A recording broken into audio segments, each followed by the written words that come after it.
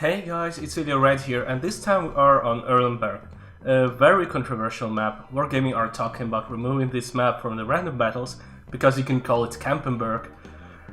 Because if one team doesn't rush another in the first 3 minutes, you are most likely to spend here a lot more than 10 minutes. And this battle is of the second type. We will use all 15 minutes here, but of course I'm not going to torture you by making you watch all these 15 minutes. You have enough pleasure from it when you play on this map yourself. So I'll try to skip the most boring parts and to get to the point. By the way, if you are surprised by my reload time, I'm testing WZ-132 with 85mm gun. I got 2 gun marks on 100mm gun, and then I saw the stats of 85mm, and it looked interesting. This gun is not bad at all. It has a very good DPM and can keep enemy tracked easier with a smaller reload.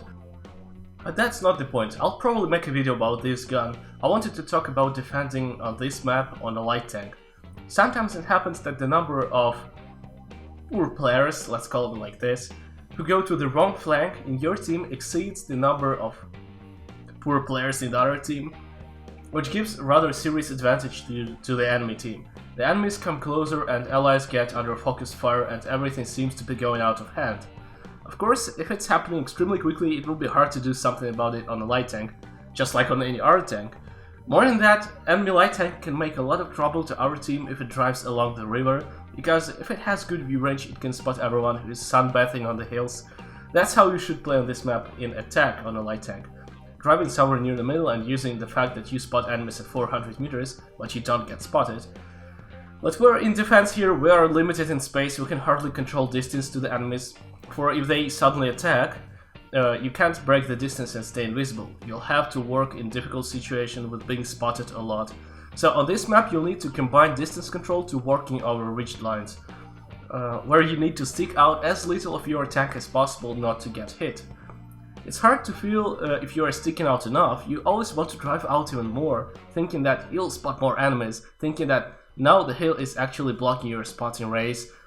Don't let that delude you. First, you probably won't spot more enemies because of sticking out more. Second, better safe than sorry. If you are spotted while driving along the hilltop, sticking out your turret a bit, don't drive out on top of the hill. If you are sure you need on top, first drive off the hill, get invisible, and quickly drive out on top of the hill in some place you're not expected at.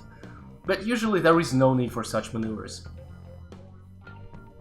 Just remember that for Erlenberg, for both attack and defense, you need to move. Don't tie yourself to a single flank. It's not so far from one flank to another. Use the advantage that active scouting gives you. While you stand in a bush on one flank, you could get in trouble on your other flank. Your team could get in trouble. Be everywhere, spot enemies before they get too close. Preventing enemies push in time is very important here. Once someone gets too close to your hill, you are in deep trouble and your chances start to vanish with every second. As you can see, I'm driving back and forth without even a stop, spotting everyone from time to time. Nobody stays hidden, the situation is more or less under control. By the way, in this battle I covered more than 10 kilometers, I checked that in battle stats. 10 kilometers, and every kilometer was important. Every kilometer was a contribution to the final result. I just want to underline how important it is to move on a light tank, and how bushes are unimportant for a light tank. Learn to play without bushes. You have speed, you have view range, and you have camo. You don't need bushes to be effective. Not much new that I can add to what I've said about defending on Erlenberg, so yeah, the main point is, be everywhere, don't let anyone get too close unexpected. There is not much to comment on some particular decisions, there haven't been too many.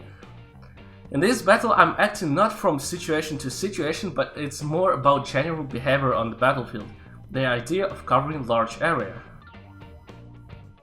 I hope this video was interesting for you. If so, be nice and like my video so that more people see it in recommended and in search results.